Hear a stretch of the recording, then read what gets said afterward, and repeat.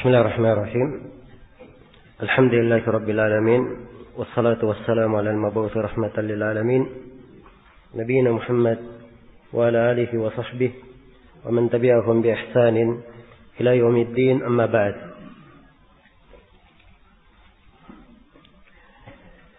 Ini majelis yang keempat dari pembahasan kita mengkaji kitab Al-Usul min Ilmi Al-Usul karya Al-Allamah Muhammad bin Shalih Al-Utsaimin rahimahullahu taala.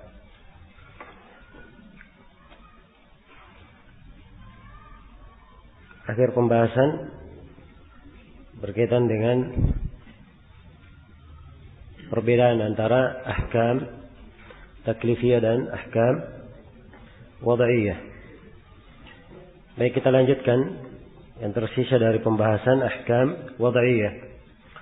Berkata penulis rahimahullahu taala, al-ahkam al-wad'iyah ma wada'ahu asy-syari' min amaratin li thubutin aw intifa'in aw nufudin aw ilgha'. Ahkam wad'iyah adalah ma wada'ahu asy-syari', apa yang diletakkan oleh syariat, min amarat, dari tanda-tanda. Iya, kalau kita terangkan bahwa ahkam wad'iyah adalah bersifat akhbar, pengabaran tentang tanda-tanda, disubutin aw intifa,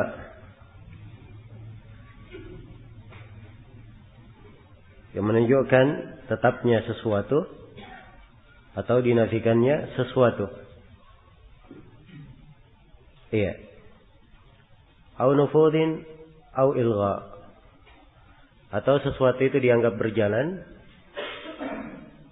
atau dibatalkan. Jadi itu definisi umum dari ahkam wad'iyah. Setelah itu beliau memberikan dua bentuk dari ahkam wad'iyah. Kata beliau, wa minha as-sihhatu wal fasad. Di antara ahkam wad'iyah adalah apa? As-sihhatu wal fasad. As-sihha yaitu kesahihan, sahih, dan fasad, al-fasid. Ini dua hukum dari ahkam wad'iyah yang dijelaskan oleh Syekh di sini. Dan telah kita terangkan, kita telah singgung bahwa ahkam wad'iyah sebenarnya banyak. Ya, as-sihha wal fasad bagian darinya. Ada hal-hal yang masyhur seperti asy-syart, as-sabab, al-mani', al-azimah, ar-rukhsah. Itu dari hal-hal yang masyhur. Ada juga al-qada, kemudian al-i'adah. Ini juga dari ahkam wad'iyah. Dibahas oleh para ulama usul fikih. Hanya saja di sini Syekh mengambil dua hal yang terpenting, as-sihhatu wal fasad. Hal yang dianggap sahih atau dianggap fasid. Dan sahihnya sesuatu adalah karena terpenuhinya syarat-syarat padanya dan hilangnya mawani'. Iya. Jadi pembahasan sihhat wal fasad kadang mencakup juga di dalamnya pembahasan berkaitan dengan syarat, berkaitan dengan mawani'. Baik. Kemudian beliau terangkan dua hal dari atau dua hal yang beliau sebutkan, yaitu as-sahih dan al-fasid. Beliau akan menjelaskan maknanya dari sisi bahasa maupun dari sisi istilah. Kata penulis rahimahullahu taala, iya. As-sahihu lughatan as-salimu min al-marad. As-sahih secara bahasa adalah yang selamat dari penyakit. Jadi kalau dikatakan si fulan sahih, artinya dia sehat, tidak sakit. Ini arti secara bahasa. Jadi as-sahih secara bahasa as-salim minal marad, yang selamat dari penyakit. Wastilahan secara istilah, ma tarattabat atharu fi'lihi alaihi ibadatan kana am aqdan. Adapun secara istilah, iya. Adapun secara istilah,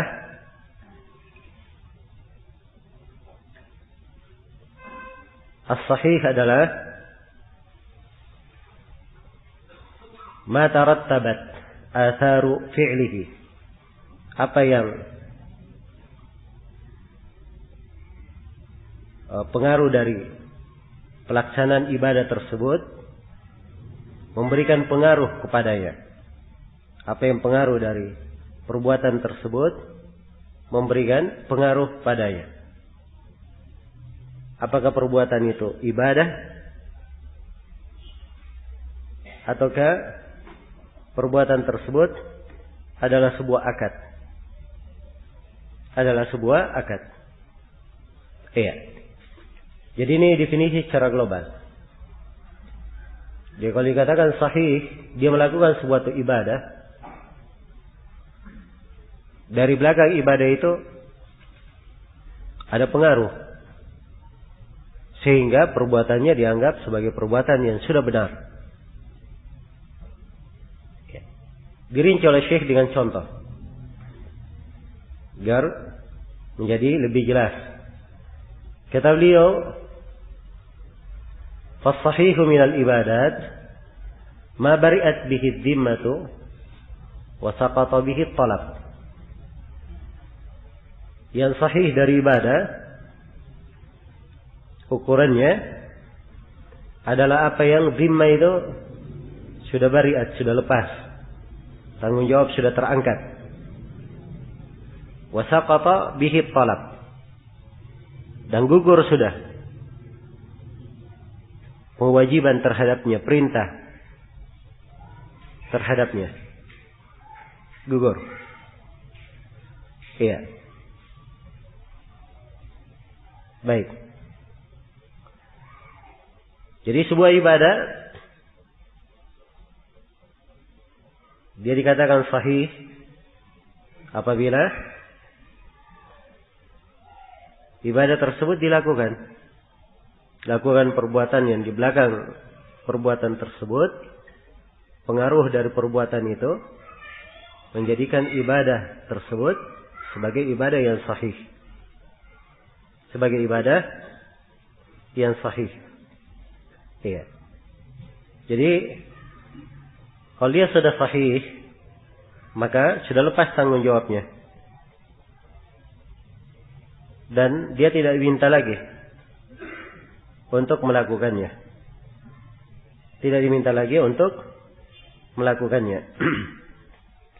Contoh misalnya orang yang salat. Iya.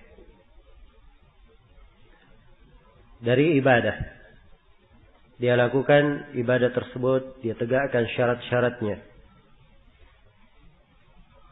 Iya. Kemudian hilang darinya mawani'.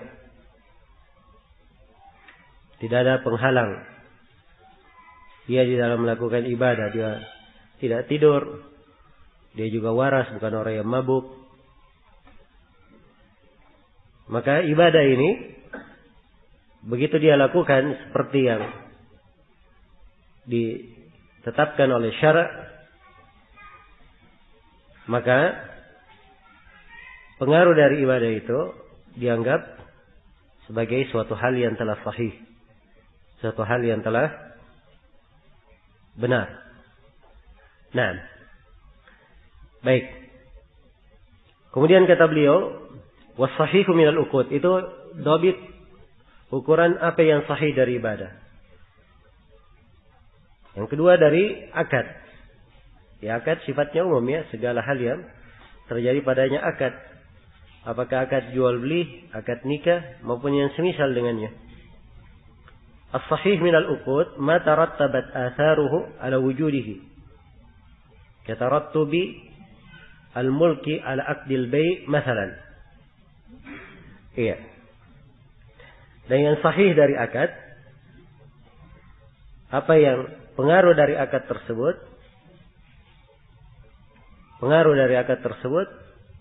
itu terdapat pada adanya akad. Contoh, adanya kepemilikan setelah akad jual beli. Jadi kalau seorang sudah jual beli, kalau jual belinya benar, sahih, maka pengaruhnya jual beli ini dianggap jual beli yang sahih. Barang yang dia beli sudah menjadi miliknya, boleh dia gunakan, ingin dia jual lagi, silahkan. Nah, ini pengaruh semuanya di belakang apa? Akad yang sahih. Iya. Demikian pula misalnya kalau terjadi akad nikah. Ya, dari pengaruh akad nikah, kalau terjadi akad nikah sudah, maka si suami wajib membayar mahar. Dia wajib membayar mahar apabila sudah terjadi akad.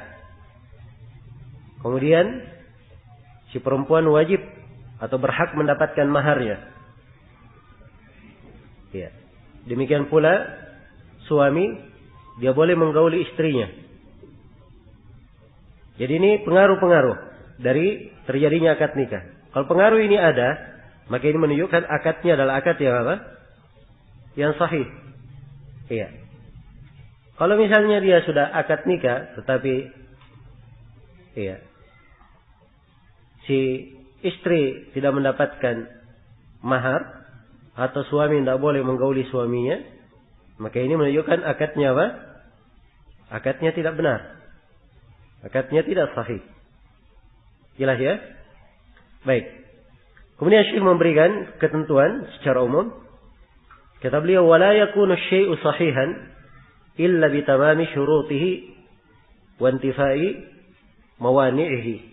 Dan tidaklah sesuatu itu dikatakan sebagai sesuatu yang sahih, sesuatu yang benar, ya, dikatakan sahih, telah menjadi sahih, kecuali apabila sempurna syarat-syaratnya. Apabila sempurna syarat-syaratnya dan hilang mawani'nya, hilang penghalangnya. Iya.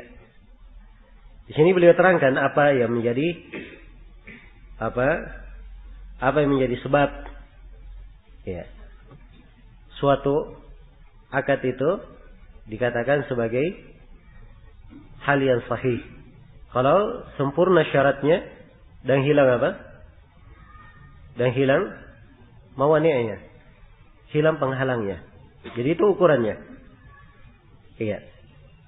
Itu ukurannya. Syarat. Jadi sini kita harus jelaskan dua hal. Apa itu syarat dan apa itu apa? Mani'. Ya, dan dua hal ini itu termasuk pembahasan apa? Pembahasan ahkam wad'iyah. Syarat secara bahasa adalah al-alamah, bermakna tanda.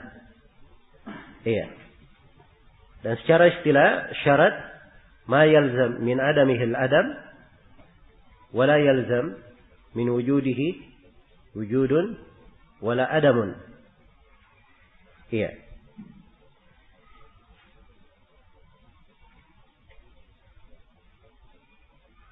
Jadi syarat itu adalah apa yang mengharuskan. Dengan tidak adanya syarat itu tidak adanya perbuatan. Itu syarat. Wudu syarat salat. Perhatikan, wudu syarat apa? Salat. Iya. Kalau tidak ada wudu, boleh melakukan salat? Jawabannya tidak boleh. Jadi ini ma yalzam min adamihi al-adam. Apa yang mengharuskan dari tidak adanya syarat, tidak adanya hal itu, tidak akan ada perbuatan itu. Wala yalzam min wujudihi al-wujud wala adamun lidatihi. Dan tidak harus dengan adanya syarat itu dia ada. Ya, dia berwudu, tapi haruskah dia salat? Ya, belum tentu dia harus salat. Jelas ya? Baik. Iya. Ini syarat. Jadi syarat seperti syarat salat misalnya. Ya, syarat salat ada 8 syarat. Di antaranya wudu. Di antaranya masuk waktu. Ya. Jadi kalau dia salat sebelum waktunya, itu berarti tanpa syarat. Dia salat dan hilang syaratnya, dan ini tidak syah salatnya. Tapi kalau dia sudah salat pada waktunya, maka salatnya adalah sudah menjadi salat yang syah. Sudah menjadi salat yang syah. Jadi harus terpenuhi sempurna syarat-syarat itu. Iya. Dan harus yantafi al-mawani'. Hilang mawani'nya, penghalang-penghalangnya. Nah, hilang penghalang-penghalang dalam ibadah itu. Al-mawani' jamak dari mani'. Iya. Mani' secara bahasa adalah al-ha'il, sesuatu yang menghalangi. Nah, sesuatu yang menghalangi. Iya. Dan mani' secara istilah kebalikan dari syarat. Ma yalzam min wujudihi al-adam wa la yalzam min adamihi al-wujud. Iya. Al-mani' adalah apa yang mengharuskan dengan adanya. Apabila mani' itu ada, maka perbuatan tidak boleh dilakukan. Iya. Tidak boleh dilakukan. Baik. Contoh seperti akad nikah. Dari penghalang akad nikah adanya apa? Adanya ihram. Sebab tidak boleh seorang yang ihram melakukan apa? Akad nikah. Ya, kalau dia melakukan akad nikah saat ihram, maka ini nikahnya dianggap sebagai nikah yang fasid atau batil, tidak syah. Jelas ya? Iya. Jadi ihram itu adalah mani', penghalang. Penghalang nikah itu apa? Nikah itu syah. Jadi kalau dia sedang ihram, tidak boleh akad nikah. Jadi kalau penghalang ini ada, maka tidak ada akad. Jelas ya? Wala yalzam min adamihi al-wujud. Dan tidak harus kalau dia tidak ada nikah. Anggaplah misalnya dia tidak ihram. Haruskah dia nikah? Ya, tidak harus terjadi pernikahan. Ini yang disebut mani', disebut penghalang. Baik, jadi itu definisi ya secara global. Ya, pembahasan syarat dan mani'. Ya, pembahasan masih punya cabang-cabang di dalam ushul fikih. Tapi karena Syekh di sini tidak menyinggung, kita tidak membahasnya secara terperinci. Hanya kita globalkan saja di dalam definisi. Baik. Jadi sesuatu perkara dianggap sebagai hal yang telah sahih apabila telah sempurna syarat-syarat dan hilang apa? Mawani'. Nah, sekarang Syekh memberi contoh agar supaya masalah ini menjadi jelas. Kata beliau, misalu dari fil ibadat. Contoh hal tersebut di dalam ibadah. Iya. Kata beliau, ayati bis salati fi waqtiha tammatan syurutuha wa arkanuha. Iya. Atau syurutaha wa arkanaha wa wajibatiha. Dia mendatangkan salat itu pada waktunya sempurna. Iya. Dia datangkan syarat-syaratnya, rukun-rukunnya, kewajiban-kewajibannya. Baik. Sekarang salat. salat itu bisa syah kalau terpenuhi syarat dan hilang apa? Mawani'. Iya. Apabila dia telah memenuhi syarat-syaratnya dari persyaratan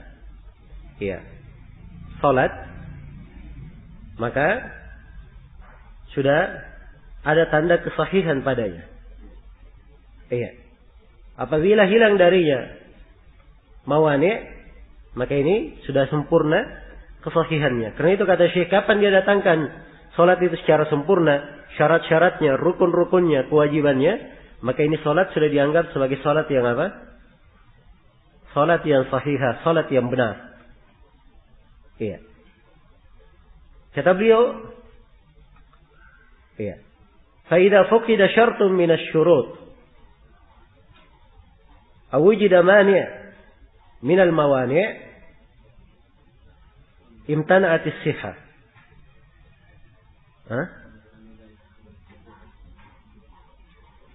Tapi masih ada satu ya. Wa misalu dalika fil uqud. Dan contoh hal tersebut pada akad. Contoh hal tersebut pada akad. Yaitu tadi pada ibadah ya. Ayya akida bay'an tammatan syurutah al-ma'rufah mantifa'i mawani'ihi. Dia melakukan akad jual beli secara sempurna. Ya, syarat-syaratnya yang dimaklumi sempurna, juga hilang mawani'nya. Terpenuhi syarat-syaratnya. Masuk di dalam kepemilikannya, barangnya jelas. Ya. Kemudian ada keridhaan antara keduanya. Dan selainnya dari syarat-syarat jual beli yang dimaklumi. Ya, dan hilang mawani'nya. Hilang penghalangnya. Iya. Baik. Hilang penghalangnya. Akan disebut oleh Syekh nanti contoh dari mawani' di sini. Ya kalau hilang, iya. Sudah hilang, sudah penuh syaratnya dan hilang mawani'nya, penghalang-penghalangnya, maka akad itu dianggap sebagai akad yang apa? Akad yang syah. Jelas ya? Baik. Kata beliau, fa idza fuqida syartun min asy-syurut aw wujida mani'un min al-mawani' imtana'at as-sihhah. Apabila hilang satu syarat dari syarat-syarat yang ada atau diketemukan satu mani' dari penghalang-penghalang, maka tertahanlah kesahihan. Dia tidak sahih namanya. Contoh, misalu faqdi syarti fil ibadah, ay yusalli bila tahara. Contoh hilangnya syarat. Dia salat tanpa bertaharah. Ya, dia salat tanpa berwudu. Salatnya syah atau tidak? Tidak syah. Iya. Ini biasanya kata sahih itu sudah di bahasa Indonesia kan ya dengan kata apa? Syah. Sebab asalnya sah asalnya. Iya. Nah, dia sudah syah. Baik. Jadi kalau dia sholat tanpa berwudu, tidak syah sholatnya. Hilang, karena hilang apa? Syaratnya. Demikian pula, wa mithalu faqdi syarti fil akad. Dalam akad. Contoh hilang syarat. Ayyabi ma la yamlik. Ya, di syarahnya Syekh Ibn Utsaimin mengatakan bahwa ini ada kekurangan sedikit. Harusnya dikatakan ayyabi ma la yamliku bai'uhu. Ya, dia menjual sesuatu yang bukan haknya untuk dia jual. Bukan haknya untuk dia jual. Sebab salah satu syarat jual beli, barang yang dia jual itu harus apa? Barang yang dia miliki. Dalam kepemilikannya. Jadi kapan dia jual? Ya. Dan itu bukan barang miliknya, maka hal tersebut dianggap sebagai apa? Dianggap sebagai hal yang tidak sahih. Iya. Ini contoh hilang syarat. Contoh adanya mawani'. Contoh adanya apa? Mawani', penghalang. Iya. Kata beliau, misal wujudil mani' fil ibadah ay yatatawwa' bi naflin mutlaq fi waqtin nahi. contoh adanya mani dalam ibadah, dia melakukan sholat sunnah mutlak pada waktu larangan. Ya, sholat kalau terpenuhi syaratnya syah sholatnya. Tapi kalau ada mani, misalnya dia lakukan sholat itu di waktu terlarang, syah sholat itu atau tidak? Jawabannya tidak syah. Kalau sholat sunnah itu dia lakukan di waktu terlarang.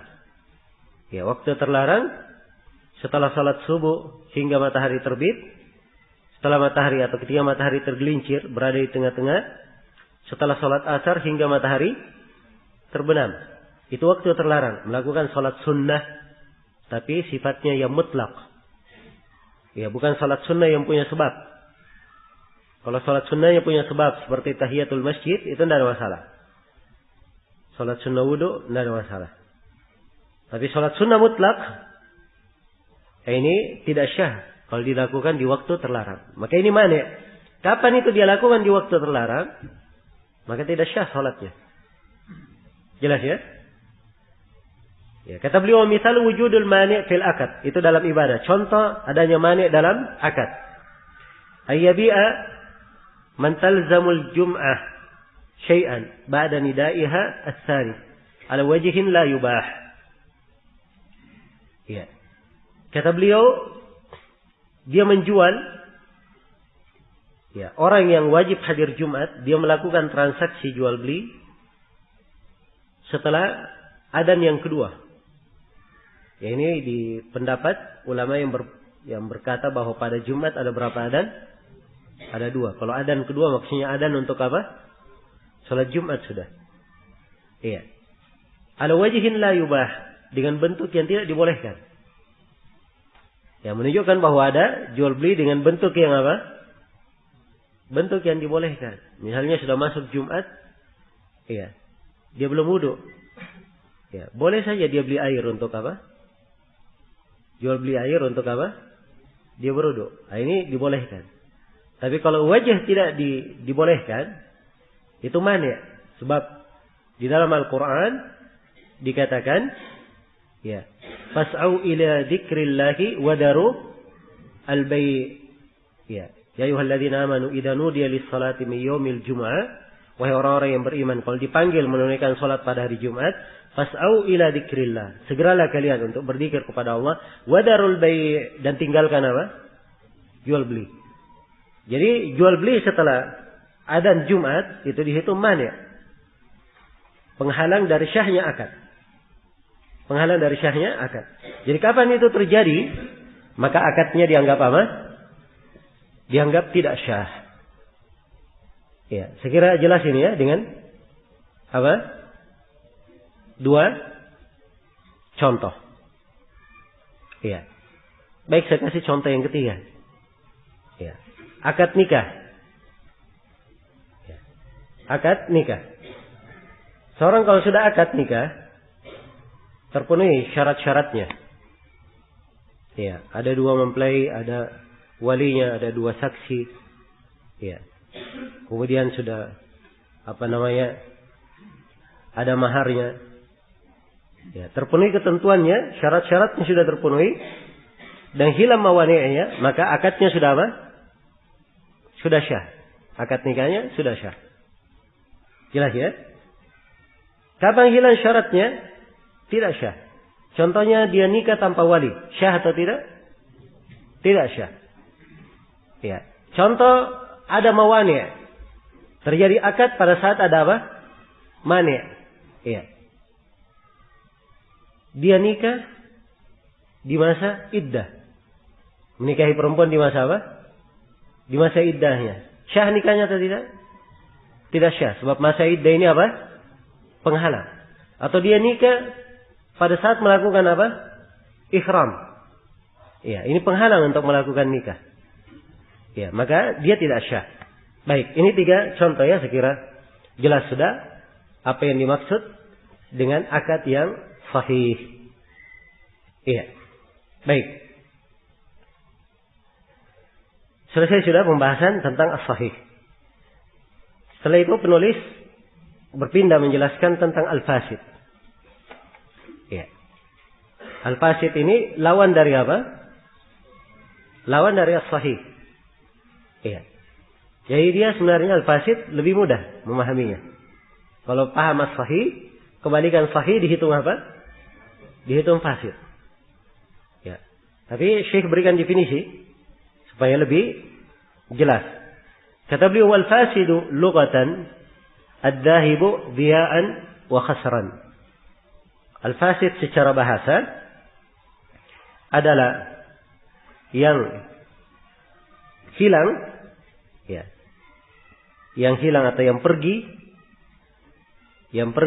dhiya'an dalam keadaan dia hilang, atau khasran dalam keadaan dia merugi, ya, tidak mendapatkannya. Itu fasid. Iya.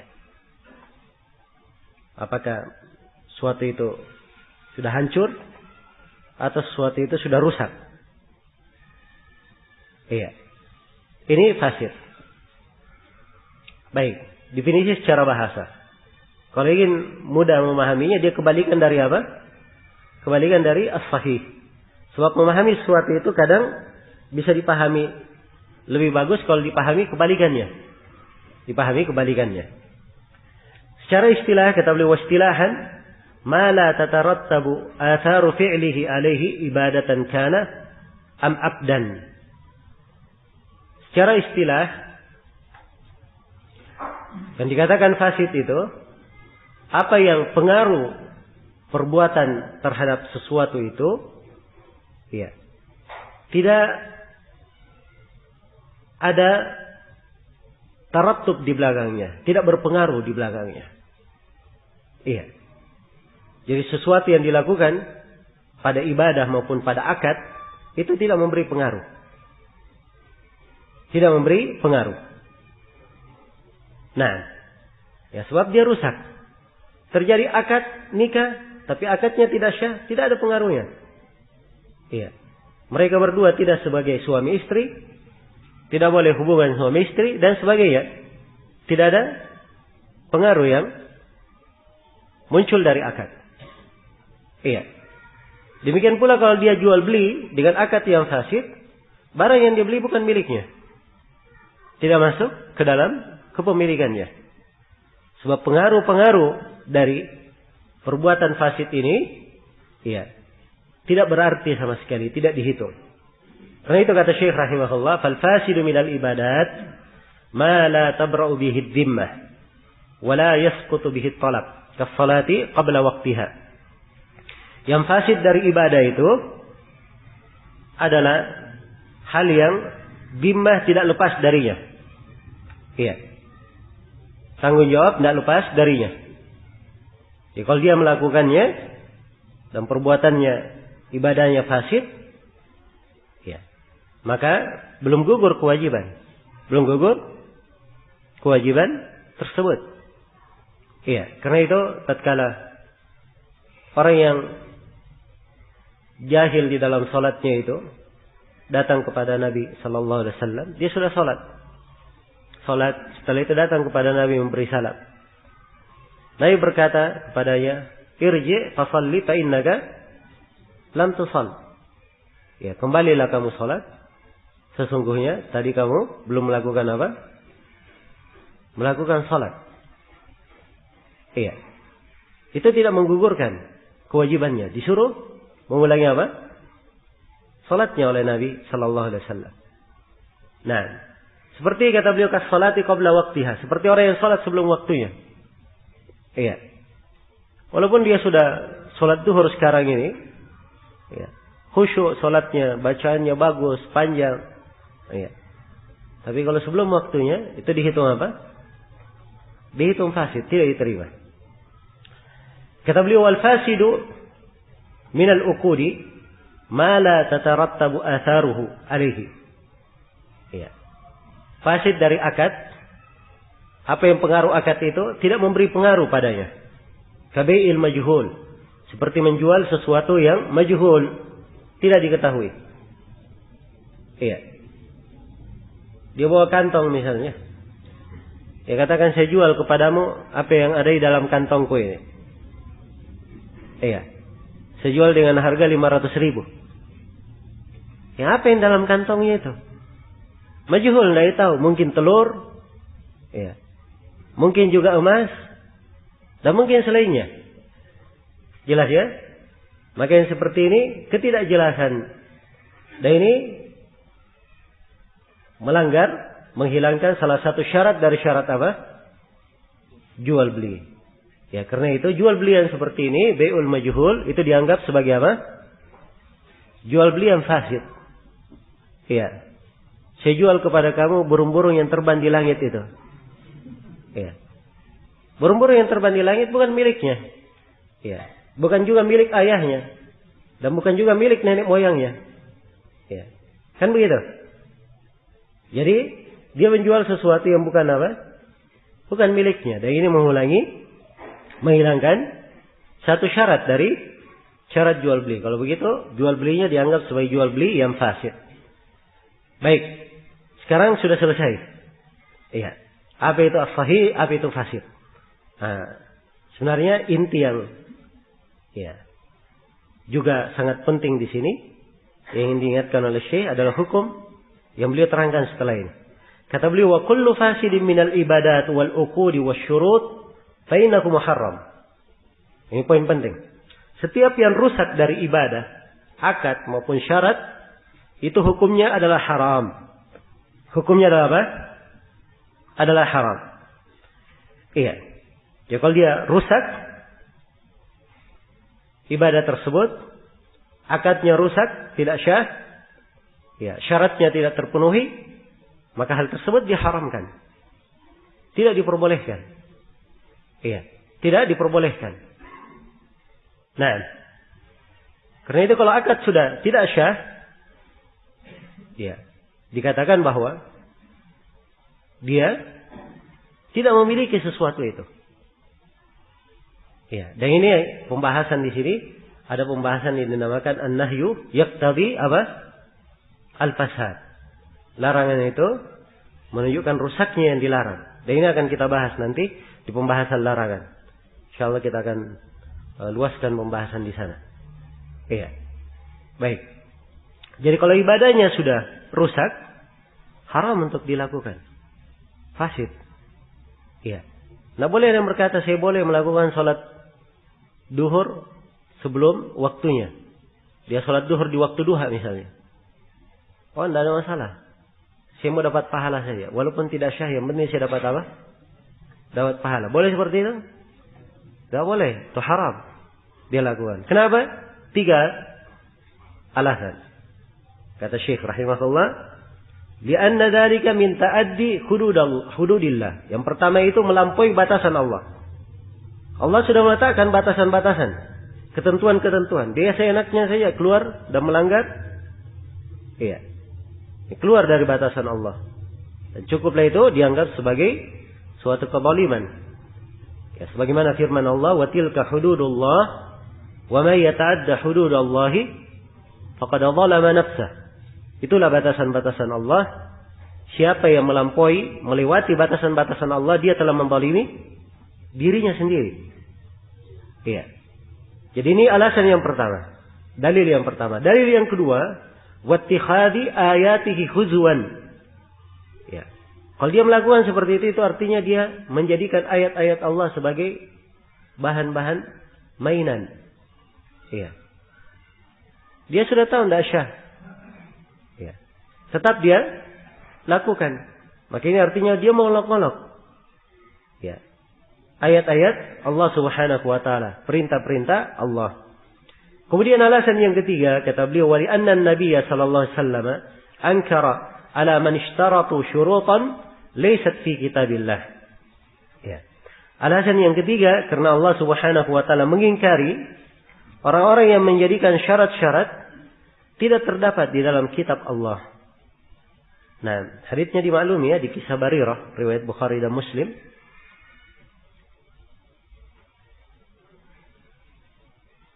Iya. Di mana Rasulullah sallallahu alaihi wasallam bersabda, "Ma balu unasin yastarituna syurutan laysat fi kitabillah." Ada apa dengan sebagian manusia?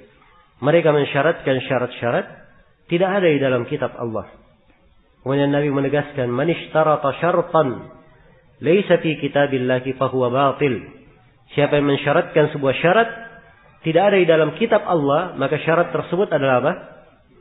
Syarat yang batil. Iya. Jika kalau sudah ibadah itu dilakukan dianggap fasid, maka dia haram untuk dikerjakan. Haram untuk dikerjakan. Ya, coba ada orang yang sholat, dia tidak berwudu sholat. Ya, ini seakan-akan dia apa?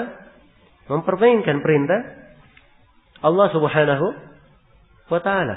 Dia sudah tahu sholatnya tidak syah, dia juga apa? Tetap sholat. Baik. Demikian pula di dalam akad. Di dalam akad. Iya. Kalau dia sudah tahu akad itu tidak syah, maka dia tidak boleh melakukannya. Ya, jangan ada yang berkata, ya bagaimana dengan orang yang salah beli. Ya.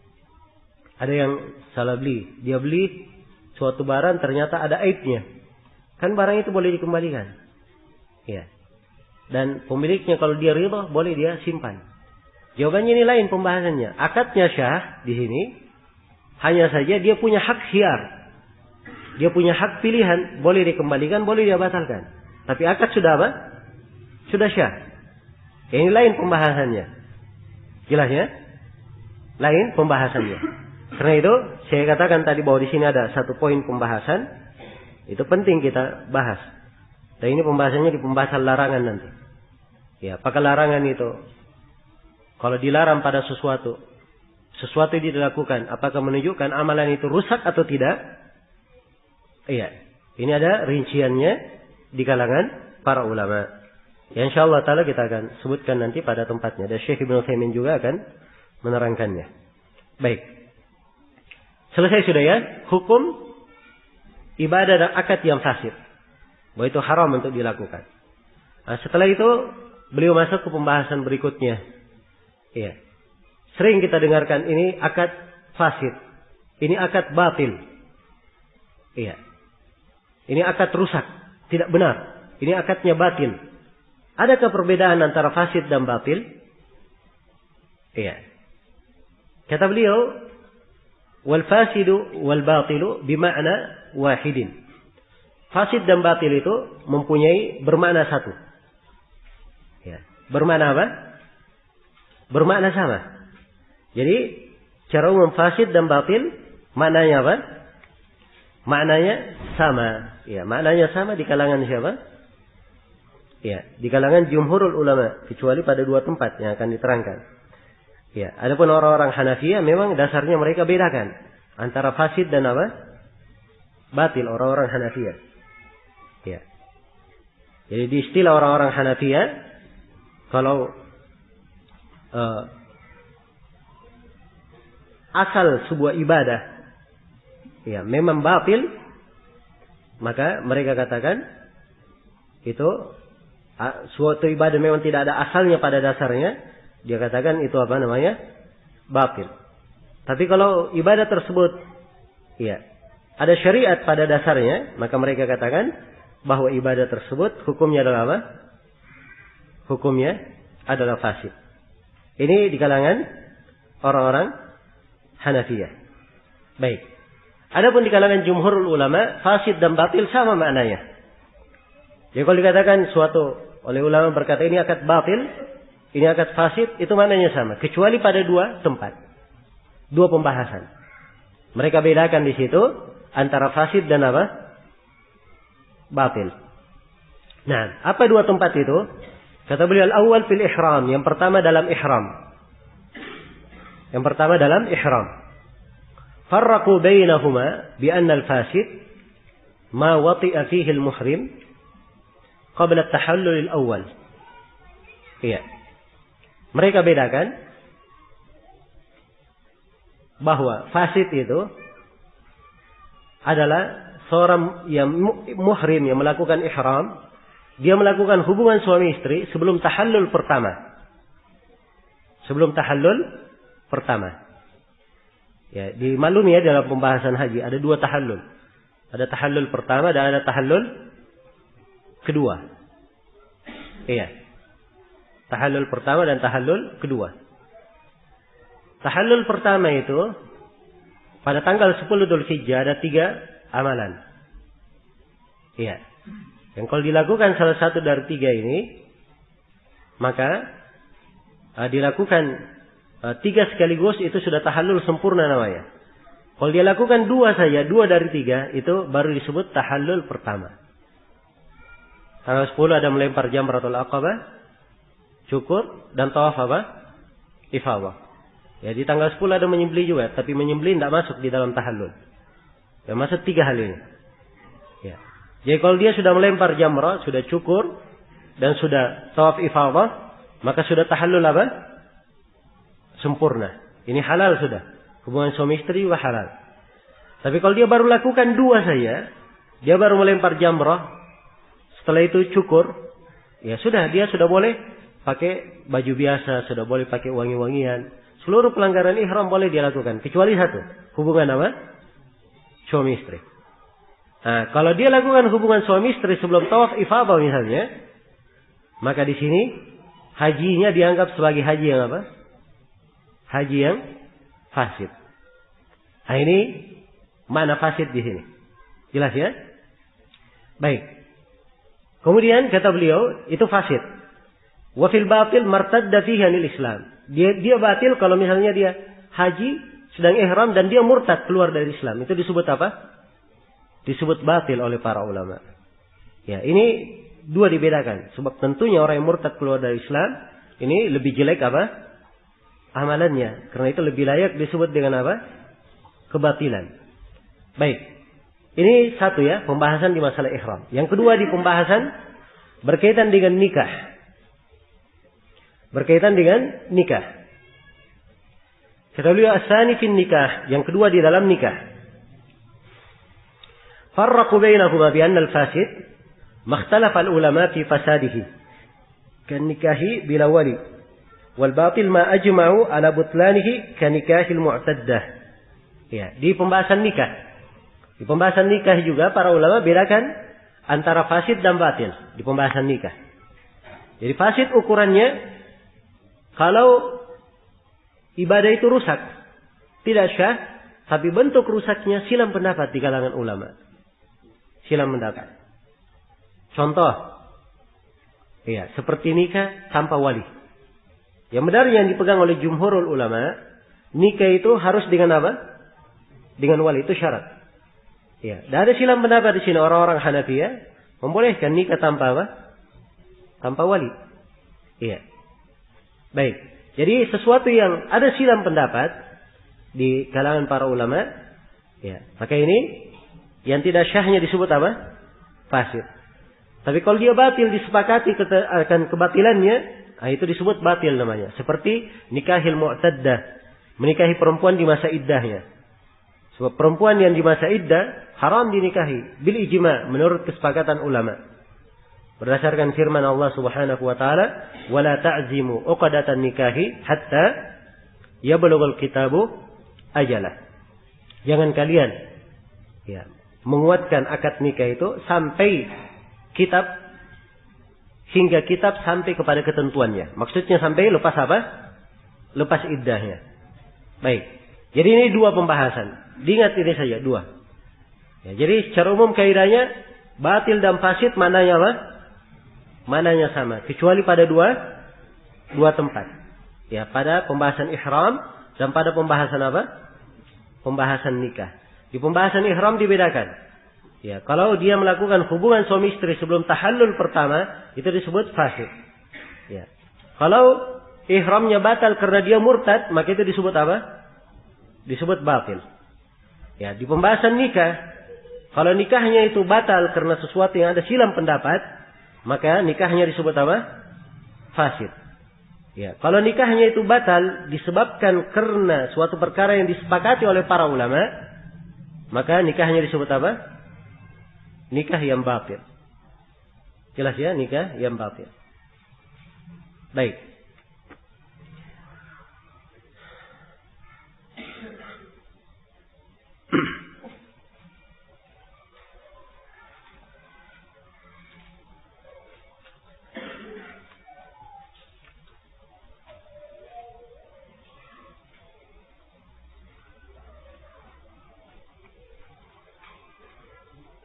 Ya, selesai sudah pembahasan tentang al-ahkam al-wada'iyah. Dan dengan ini selesai pembahasan kita seluruhnya berkaitan dengan al-ahkam asy-syar'iyyah. Iya. Jadi sekali lagi saya simpulkan bahwa ahkam syar'iyyah terbagi berapa? Terbagi dua. Ada ahkam taklifiyah dan ada ahkam wada'iyah. Yang sudah dibahas ahkam taklifiyah ada berapa? Ada 5. Al-wujub, terus an-nadab, terus tahrim, al-karahah dan al-ibahah. Kemudian ahkam wada'iyah ada 2 yang sudah dibahas, yaitu apa? As-sihhatu wal fasad. Baik. Setelah menjelaskan tentang ahkam, Syekh rahimahullahu taala berpindah menjelaskan tentang al-ilm. Ya, tentang makna ilmu. Makna ilmu. Kenapa diterangkan tentang makna ilmu di pembahasan usul fikih? Iya. Sebab ini banyak keterkaitannya di dalam pembahasan fikih. Banyak keterkaitannya. Nah, memiliki banyak keterkaitan. Supaya diketahui tingkat ilmu itu atau madarikul ilm bertingkat-tingkat. Lingkup dan tangkapan ilmu seorang itu bertingkat-tingkat. Nah, dan itu nanti memberi pengaruh ketika terjadi ta'arudul adillah. Pertentangan dalil-dalil, ya, mengkompromikan dalil-dalil itu memberikan pengaruh. Baik.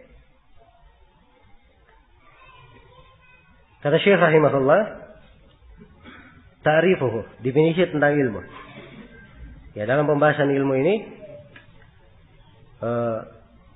Syekh rahimahullahu taala menguraikan sejumlah perkara.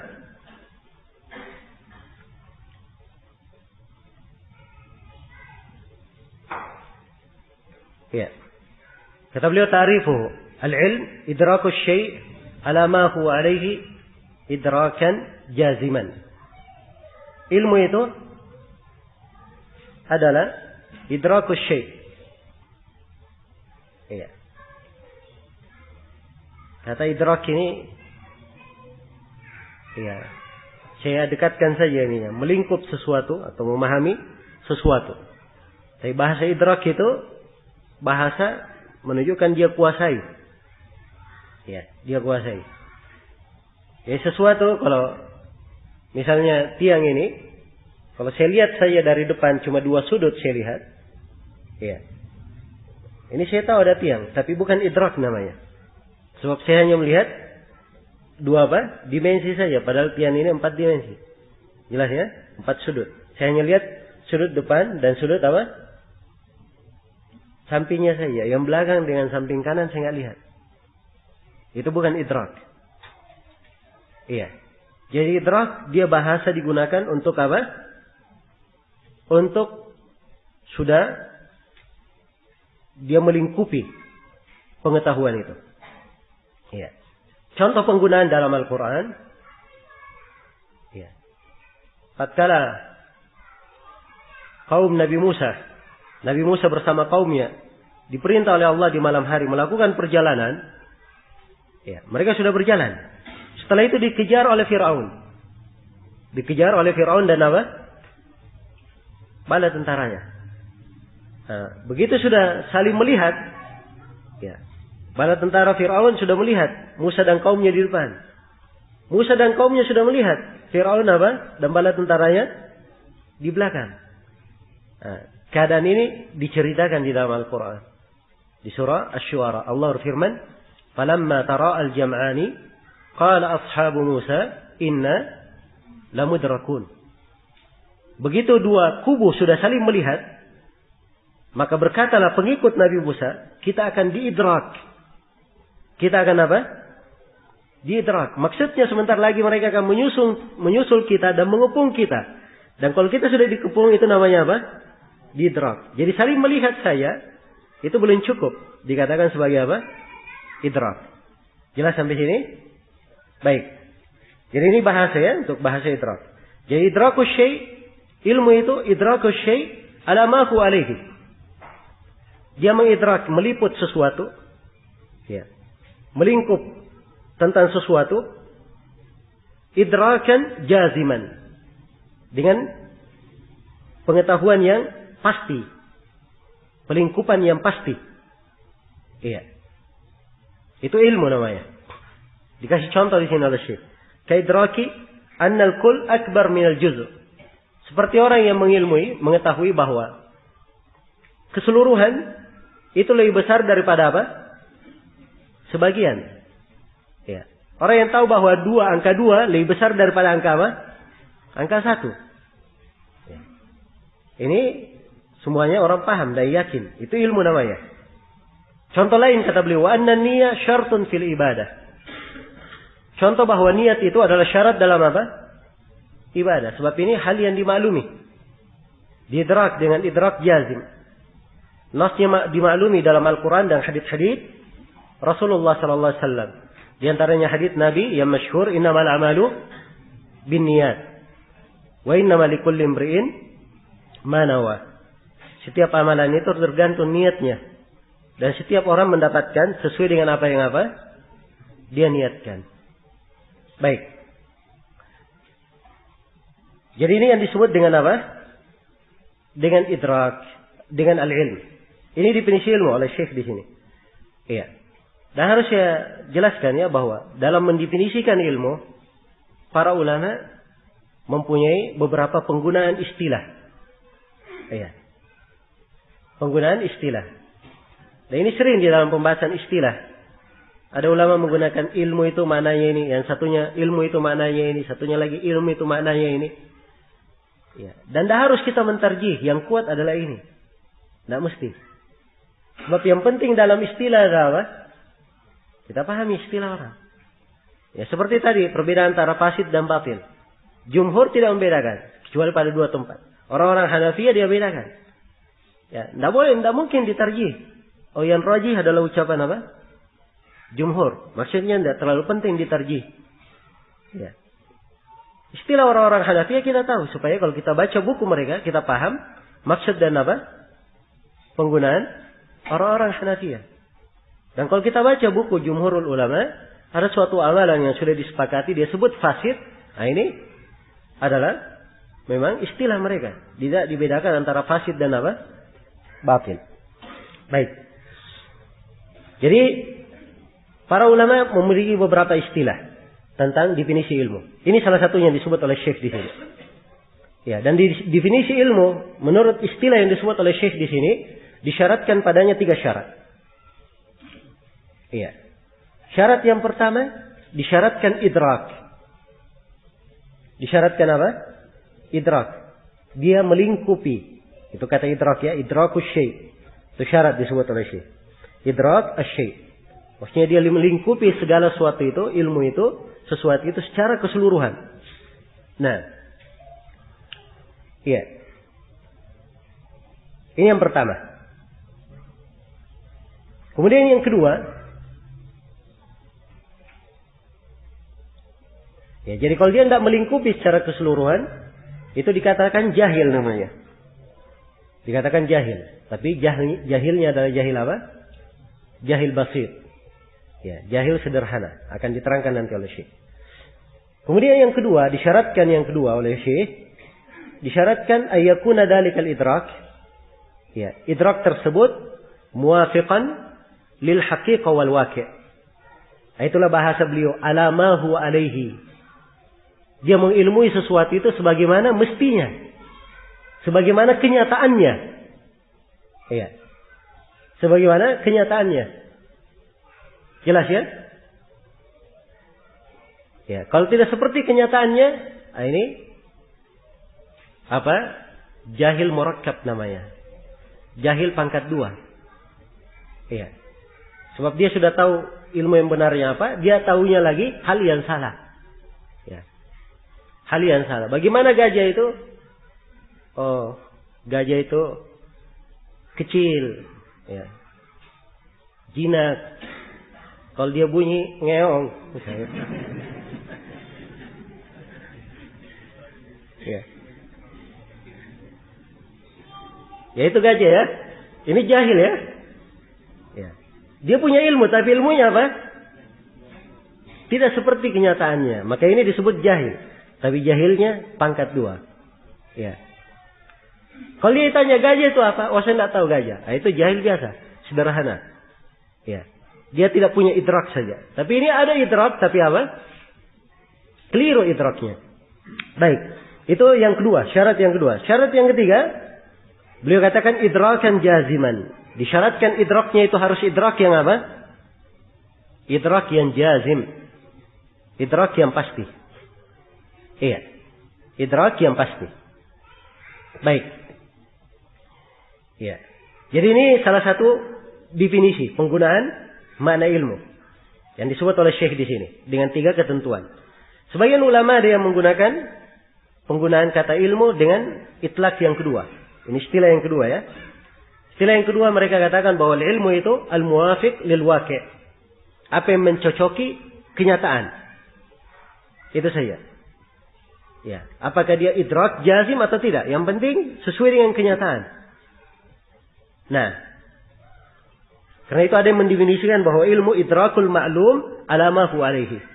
Mengidrak sesuatu yang dimaklumi sebagaimana mestinya. Sebagaimana mestinya. Baik. Yang kedua, yang ketiga, ada yang mengatakan bahwa ilmu itu mujarradul idrak. Sekadar dia mengidrak saja. Sekadar dia mengidrak. Iya. Apakah dia jazim atau tidak jazim? Sesuai dengan waqi' atau tidak sesuai dengan waqi'? Iya. Dan sebagian ulama ada yang mentakkid dengan syarat ilmu. Mereka katakan dengan takkid yang lain. Mereka katakan bahwa ilmu itu ya, ma yakunul idraku mabniyan ala dalil. Ilmu itu adalah idrak yang dibangun di atas dalil. Dibangun di atas dalil. Iya. Baik. Jadi ini diantara definisi. Maka definisi-definisi ini tidak ada masalah semuanya. Definisi yang apa? Yang diucapkan oleh para ulama. Dan setiap orang berhak untuk menggunakan istilah sendiri. Iya. Hanya saja di sini Syekh memberikan definisi. Dan ini yang masyhur di kalangan para ulama yang mendefinisikan ilmu. Ya, jadi sekali lagi pada definisi yang diterangkan oleh Syekh tadi ada berapa ketentuan? Ada 3 ketentuan. Beliau terangkan ya. Kata beliau, "Fakharaja biqaulina idrakus syai' adabul idrak bil kulliyah." Ya. Kata beliau keluar dari ucapan kami, idrakus syai' melingkupi ya, ilmu tentang sesuatu. Keluar darinya tidak mengetahui sesuatu itu secara keseluruhan. Inilah yang disebut dengan nama al-jahlul basit. Ya, kejahilan sederhana. Kejahilan sederhana. Misal ayus'al, seperti seorang ditanya, mata kanat ghazwat Badr? Seorang ditanya, perang Badr itu kapan? Ya, fayaqulu la adri. Dia bilang, saya tidak tahu. Ya, maka ini apa? Jahil apa? Jahil basit. Ya. Jahil basit. Ini tidak ada masalah. Ya. Orang yang seperti ini lebih bagus ya daripada dia jawab padahal apa?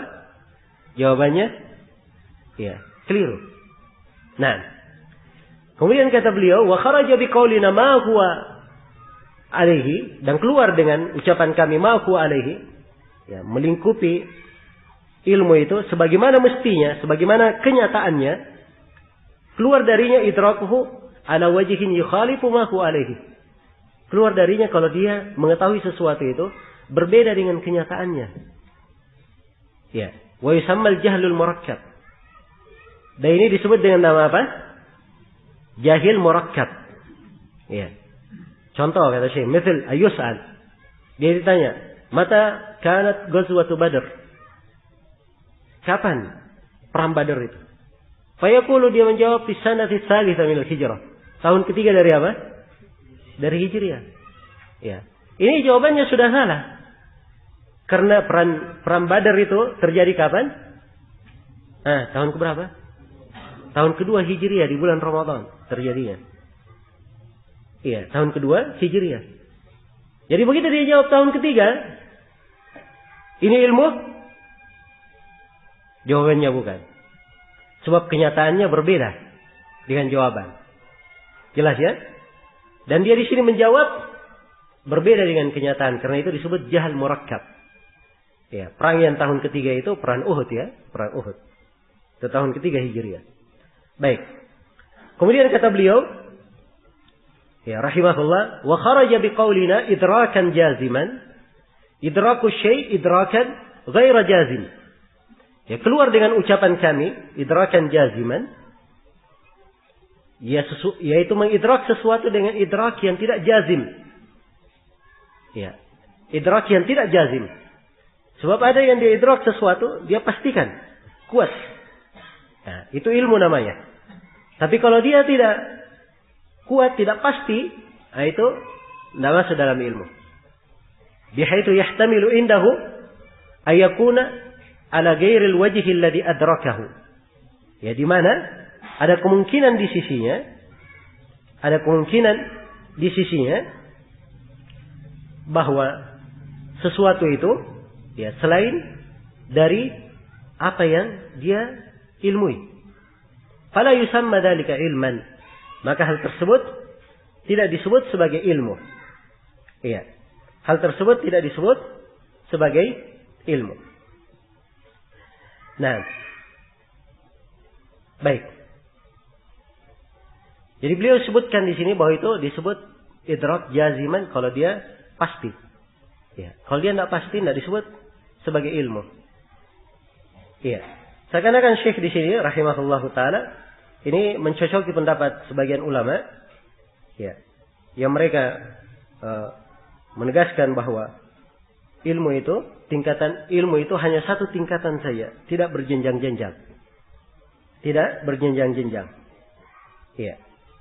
Dan ini adalah pendapat sebagian ulama. Baik.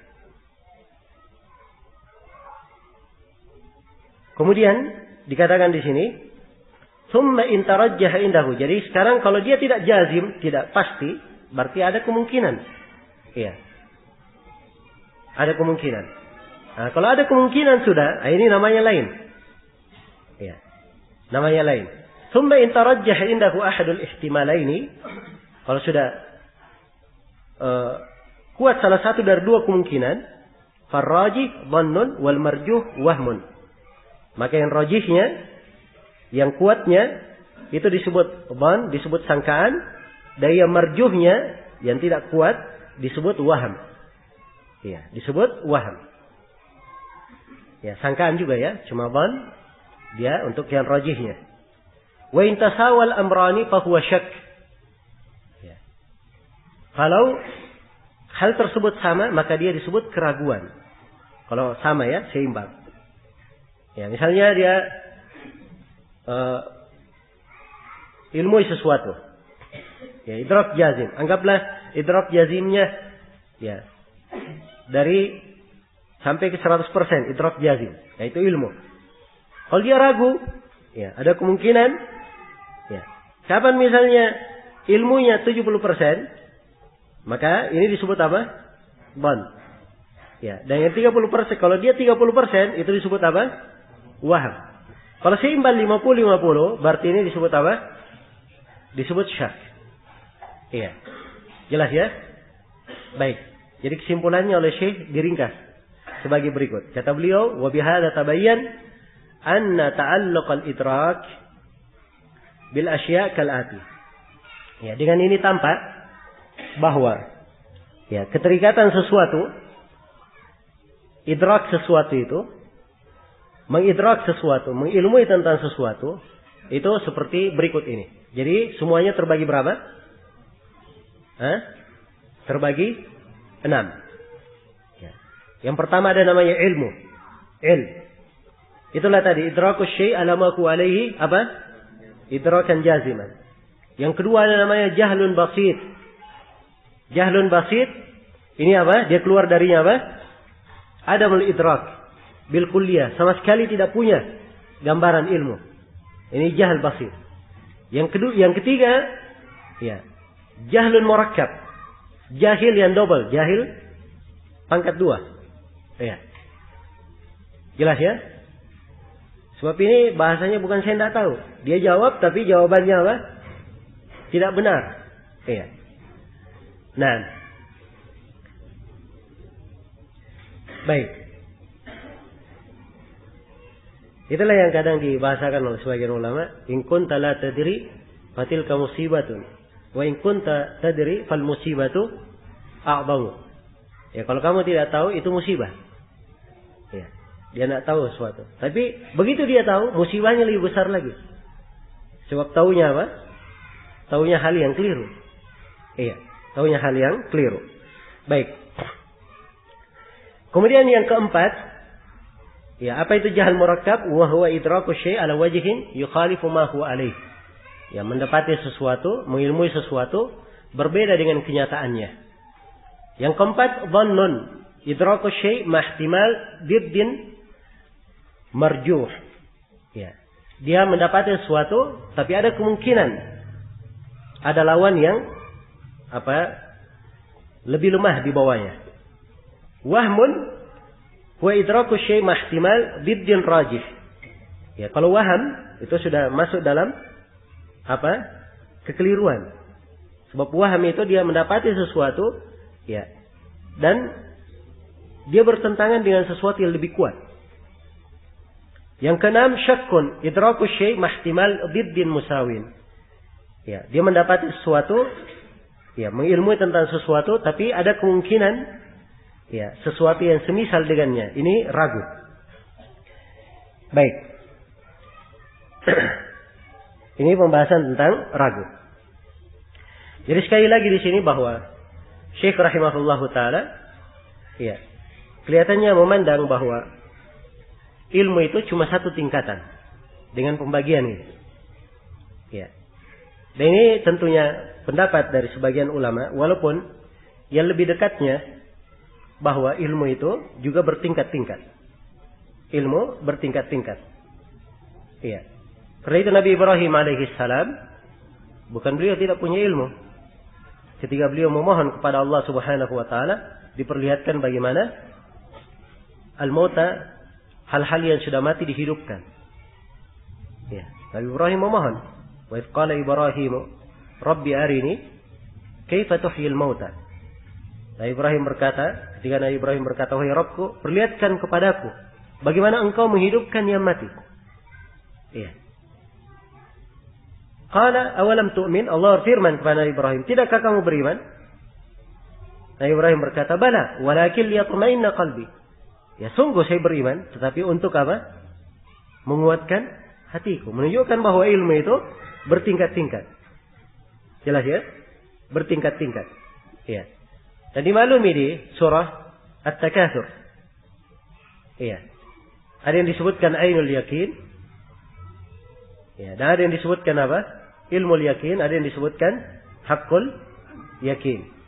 Nah, alhaakumut takatsur hatta zurtumul maqabir kalla sawfa ta'lamun thumma kalla sawfa ta'lamun kalla law ta'lamuna ilmal yakin. Disebut dulu ilmul yakin. Iya.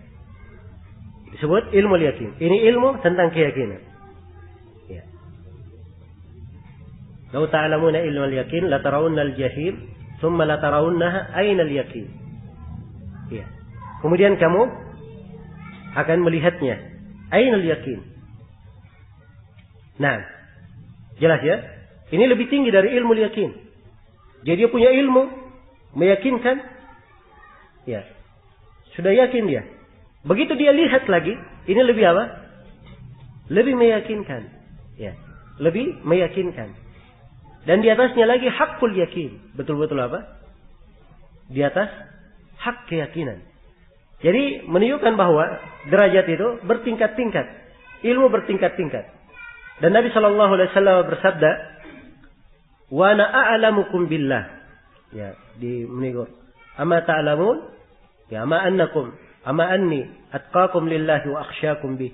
Di sebagian riwayat, ana a'lamukum billah.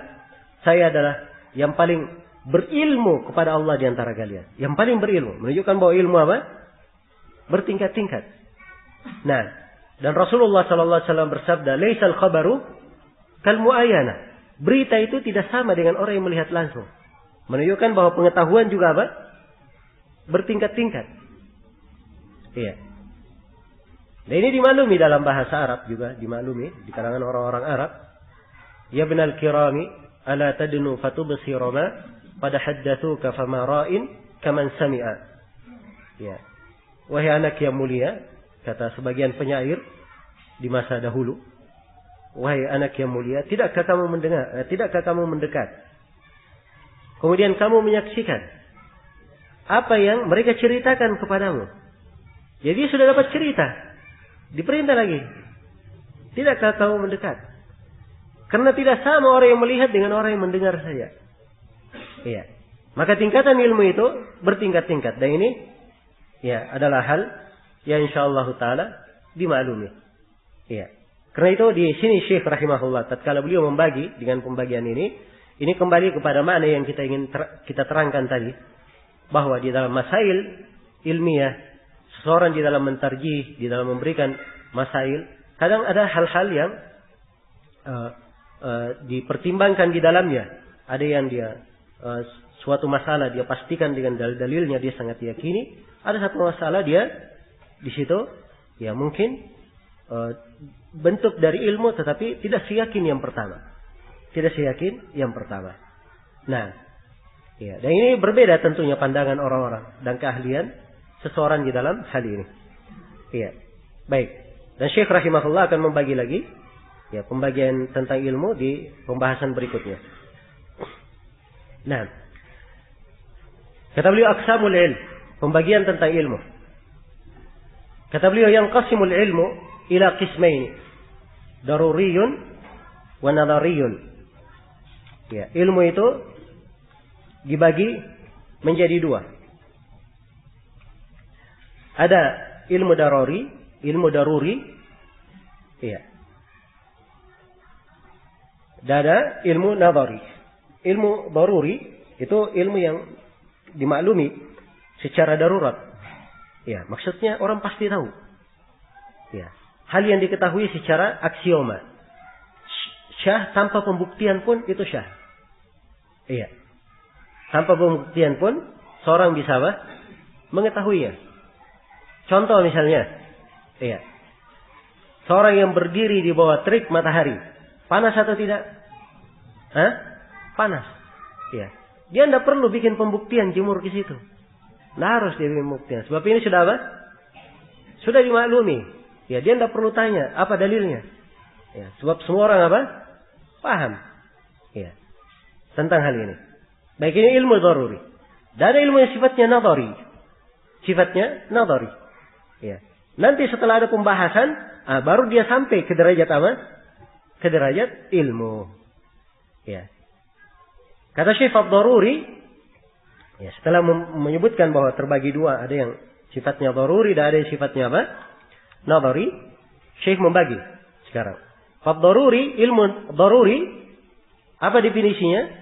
Ma yakunu idrakul ma'lumi fihi daruriyan. Ya. Di mana idrakul ma'lum, pengilmuan tentang ilmu itu sifatnya darurat. Ya. Bihaitsu yattarru ilaihi min ghairi nadharin wal istidlal. Di mana dia pasti harus menerimanya. Walaupun tanpa menimbang, tanpa berdalilkan. Tanpa berdalil. Itulah tadi kalau di bahasa Indonesia orang bilang aksioma, secara aksioma. Artinya tanpa dia buktikan pun itu sudah apa? Harus diterima. Iya. Harus diterima. Kal ilm, seperti contoh ilmu daruri. Al ilm bi anna al kull akbar min al juz'. Ya, semua orang tahu bahwa keseluruhan itu lebih besar daripada sebagian. Keseluruhan pada sesuatu lebih besar daripada apa?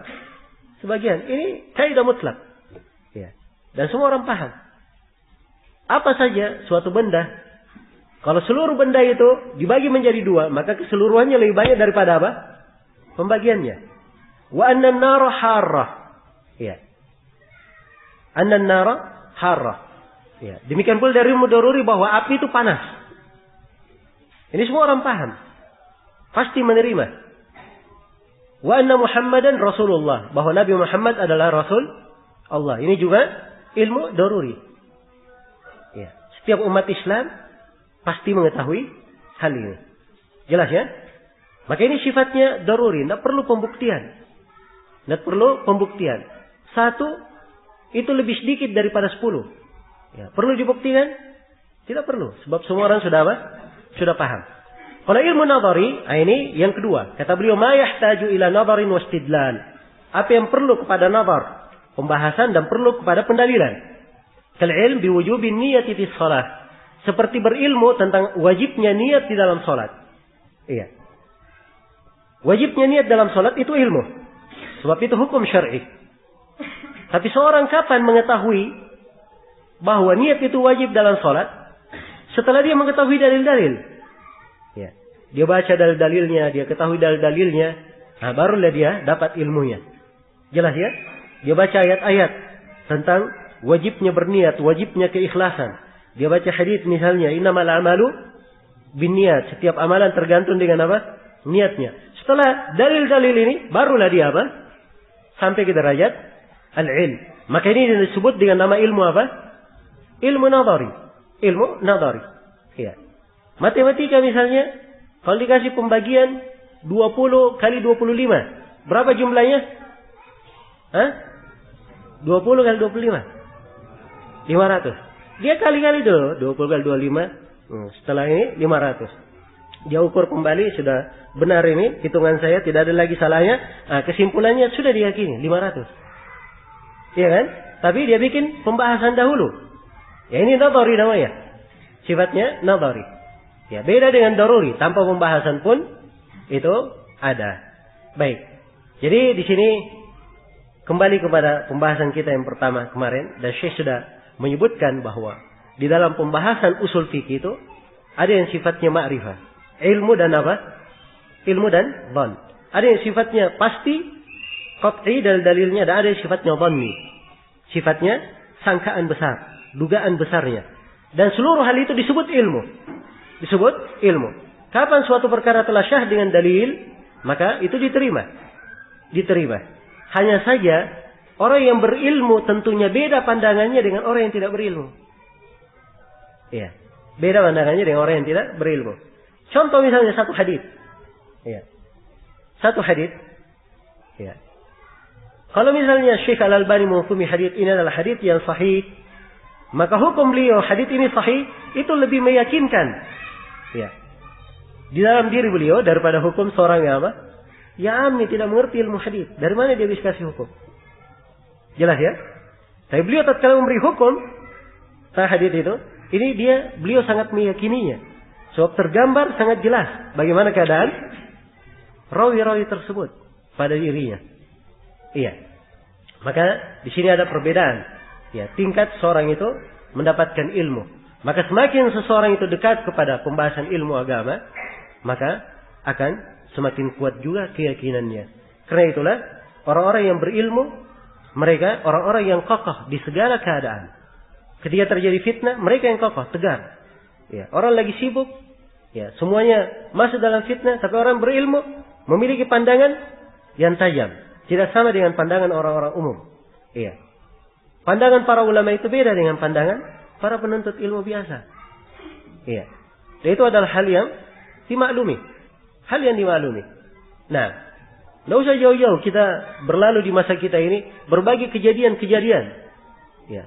Dan tampak bagaimana kedetailan ilmu para ulama. Nah, seperti misalnya dahulu ketika terjadi perang Teluk, ya, para ulama Saudi Arabia memberikan fatwa tentang bolehnya, ya, dari pasukan sekutu bikin pangkalan militer di wilayah Saudi Arabia. Bukan di Mekah dan Madinah, sebab ini dua tanah haram, tidak boleh masuk di situ orang kafir. Di wilayah lainnya. Ini fatwa dari para ulama berdasarkan dalil-dalil. Jelas ya? Ketika fatwa ini keluar, itu ribut setengah mati. Ya. Ribut di Saudi. Ya. Dan mulailah nampak orang-orang yang di atas jalan kesesatan. Tampak sudah di situ. Salman Al-Auda, Safar Hawali, dan selainnya dari anak-anak muda yang memang hanya mengandalkan dengkulnya daripada ilmunya. Ya. Kelihatan sekali. Ya. Bagaimana miringnya mereka dalam menyikapi. Ya. Miringnya mereka dalam menyikapi. Tapi apa yang terjadi? Ya. Berlalu kejadian semuanya dalam keadaan apa? Dalam keadaan berjalan aman. Ya. Semua negeri aman, Saudi Arabia aman, Kuwait aman, dan pihak yang melampaui batas juga tertahan di atas kelampuan batasnya di masa itu. Setelah itu kembali Ya. Pasukan tersebut dan tidak ada lagi yang tersisa di Saudi Arabia. Dan ini dari apa? Sikap dan ilmu para ulama. Karena itu sekali lagi al-ulama, para ulama itu apalagi di masa terjadinya fitnah, mereka mempunyai pandangan yang berbeda. Ya. Allah menyebutkan wa yaral ladina utul ilm anna alladhi unzila ilaika min rabbikal haqq. Dan orang yang berilmu lah yang bisa menilai bahwa yang diturunkan kepadamu wahai Nabi Muhammad itu adalah kebenaran. Tatkala dia meragukannya, tapi orang yang berilmu yakin tentang hal tersebut. Ya. Di fitnah Qarun ketika dia keluar dengan kemegahannya, dengan hartanya. Ya. Banyak orang yang terfitnah ketika Qarun keluar. Ya. Disebut di dalam Al-Quran, فَخَرَجَ عَلَى قَوْمِهِ فِي زِينَتِهِ قَالَ الَّذِينَ يُرِيدُونَ الْحَيَاةَ الدُّنْيَا يَا لَيْتَ لَنَا مِثْلَ مَا أُوتِيَ قَارُونَ إِنَّهُ لَذُو حَظٍّ عَظِيمٍ. Keluarlah Qarun ini dengan pakaian kemegahannya, beri fitnah bagi manusia.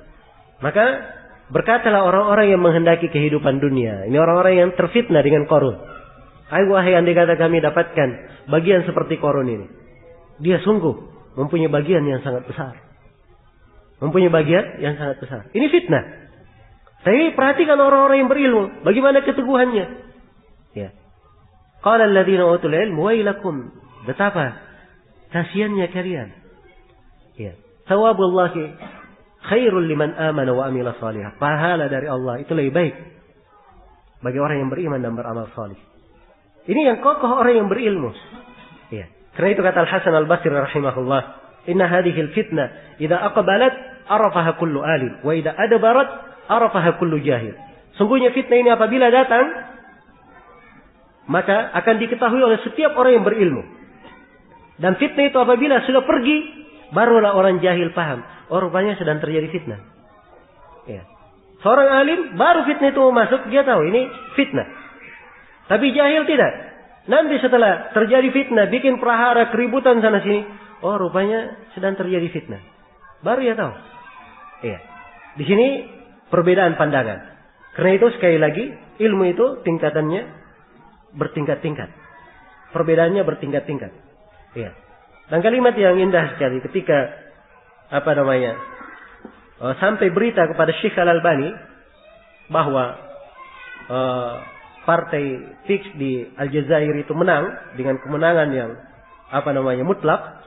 Iya. Mereka menang. Sampai berita itu kepada Syekh Al-Albani. Syekh Al-Albani bilang apa? Kata beliau itu buih sabun di air. Kata beliau. Buih sabun di air. Ya. Itu kalimat keluar dari beliau. Ya. Dan terjadi setelah itu. Ya. Lihat. Mana kemenangan tersebut. Ya. Apa hasilnya dan buahnya. Hingga hari ini tidak ada hasil dan buah. Karena itu harus diketahui bahwa ilmu itu adalah hal yang sangat penting sekali. Ya, semua ukuran berkaitan dengan ilmu. Ya, yang menjadi masalah kalau jahil masuk berbicara dalam masalah fitnah. Nah, ini menjadi masalah. Ya, ibarat api itu, ya, jahil masuk di dalamnya, itu artinya dia menjadi ter di dalam api. Ya, atau dia menjadi apa? Dia menjadi solar dalam api itu, tambah besar apinya. Nah, ya, dan ini yang dikatakan oleh Syekh Shalal Fauzan, al-jahil idza takallama fil fitnah zadatil fitnah. Seorang jahil kalau dia berbicara tentang fitnah akan bertambah fitnah itu. Akan bertambah. Ya. Baik. Maka di pembahasan-pembahasan ilmu itu harusnya semakin mengingatkan seseorang. Ya. Dan semakin memacu dirinya untuk lebih banyak menuntut ilmu dan menuntut ilmu. Ya, sebab itu kunci keselamatan. Kunci keselamatan. Baik. Selesai sudah pembahasan kita di sini tentang definisi al-ilm. Pembahasan berikutnya berkaitan dengan al-kalam. Iya. Di pembahasan al-kalam ini secara umum ada 3 pembahasan oleh Syekh di dalamnya. Yang pertama beliau bagi al-kalam itu dari sisi tarkibnya. Yang kedua beliau bagi al-kalam dari sisi kejadiannya atau dari sisi bentuknya, dalalanya, ada yang insya dan ada yang ikhbar. Kemudian beliau bagi al-kalam itu dari sisi penggunaannya. secara hakikat dan secara majaz. Ini 3 pembagian dalam pembagian al-kalam. Iya. Jadi beliau bagi al-kalam itu ada isim, ada fi'il, ada apa? Ada huruf. Ini pembagian. Dari pembagian lain dari al-kalam, iya, dan ada pembagian al-kalam dari sisi dalalahnya. Apakah dia bermakna insya atau bermakna apa? Bermakna ikhbar. Iya. Kemudian ada pembagian al-kalam dari sisi penggunaannya. Ya, dia ini dipergunakan sebagai hakikat atau sebagai majaz. Nah, ini secara global ya pembahasan al-kalam. Rinciannya insyaallah taala kita bahas nanti di pertemuan di sesi berikutnya setelah ba'da asar. Ya.